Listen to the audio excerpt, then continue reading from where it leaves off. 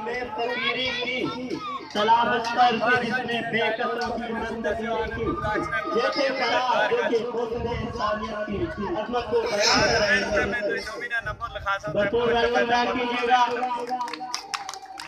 ये दाग दाग उजाला, ये शब गुज़ीदा है, ये दाग दाग उजाला, ये शब गुज़ीदा है। वो इंतजार था जिसका ये वो जहर तो नहीं, वो इंतजार था जिसका ये वो जहर तो नहीं।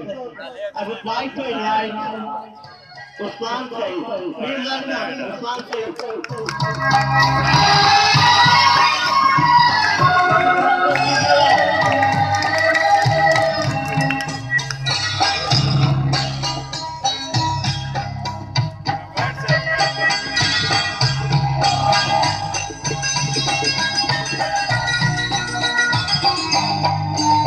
औज़ुबिल्लाहिमिनश्शैतानिर्रजीम, बिस्मिल्लाहिर्रहमानिर्रहीम।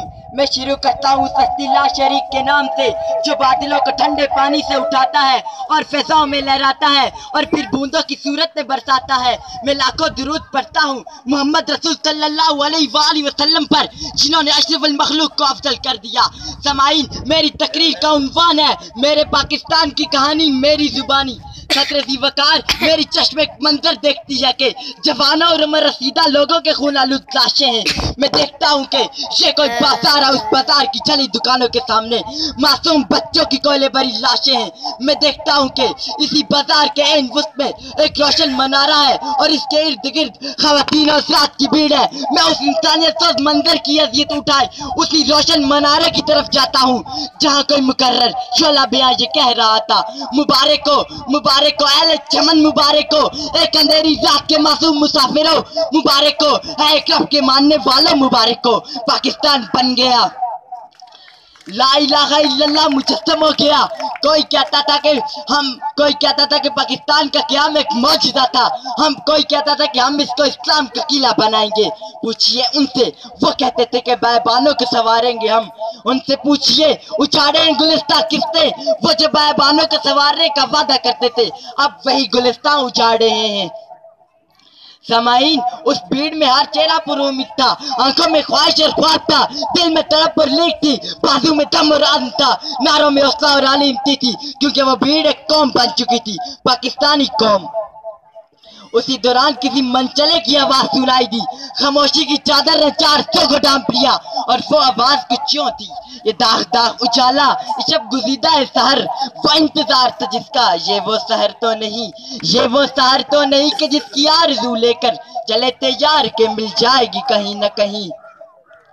समाईन, मेरे कानों ने उस मनचले की पुरसोज आवाज सुनी तो मेरी आंखों ने आजादी को तलाशना शुरू किया। मैं पुकारा, तुम कहाँ हो? मेरे पुरखों के खून से लिखी आजादी कहाँ है? मैं उस आजादी की सुनहरी झलक तलाशता रहा, मैं पुकारता रहा, मैं बुलाता रहा, मैं चिल्लाता रहा, शोर मचाता रहा, मैं पूछता रहा और पूछवाता रहा। जनाब सदर, मैं बहुत डर गया, मैं अपनी आवाज़ों की गूंज से घबरा गया। क्या उस वादी में बारूद था? आवाज़ की मारी नजर थी, खंजर लिया तो रस्सा उठाए कंधे और गुलामी की जंजीरें थी। लोगों की जुबान पर नस्ल लिसान तासुबात के नारे थे, लोगों के मुंह जागों से भरे थे, तदब्बर और ताअम्मुल न था, महरम मोहब्बत न थी, लिहाज़ो मुरव्वत न थी, भाई बंदी न थी। मेरी आंखों को यकीन न आया, जनाब सदर इतने गुलिस्तान और चमन उछले, उनका हिसाब उनसे किया जब वतन का जर्रा जर्रा अश्क बार है, वतन की रग रग खून फिशा है, वतन का हर मोहिब अफसरदा पशमान है, वतन का चप्पा चप्पा शर्मसार है, वो जो अज़्म तामीर रखते थे वही वजह तखरीब बने। जनाब सदर, मैं कभी भी वतन उछड़ने का नोहा न पड़ता अगर मुझे लगता कि हम बहसियत कौम बेइज्जत नहीं और हमारे इस्लाफ ने दुनिया में अपना लोहा न मनवाया होता। जनाब सदर, हम भूल रहे हैं, बल्कि हम भूल चुके हैं कि हम जाबिर हैं, हम कुलंदी हैं, हम तिबरी हैं, हम इब्न सीना, इब्न लहसम, हम अल-बिरूनी तूसी हैं, हम शायरी में शराजी हैं, हम नगमा गरी में फिरदौसी हैं, हम ख़ियाम नेशापुर के, हम रूमी के मसनवी हैं, हम सौस बने तो शाह, हम सास बने तो वारिस शाह, हम अक्ल बने तो शाह लतीफ, हम रक्स बने, हम वश बने, हम साइंस सजल सरमस्त बने, जब अमन हुआ तो दुल्हा दरिया खान बने, जब जंग हुई तो अकबर की तलवार बने। जनाब सदर, हम आजाद हैं, लेकिन हमारी सोच गुलामी का शिकार है। समाईन, अब क्या पाकिस्तान का संवरना कोई मुश्किल काम है? नहीं ना, तो आगे बढ़िए और पहले ईंट नस्ब कीजिए, क्योंकि मोहब्बे वतन बनते हैं। शुक्रिया।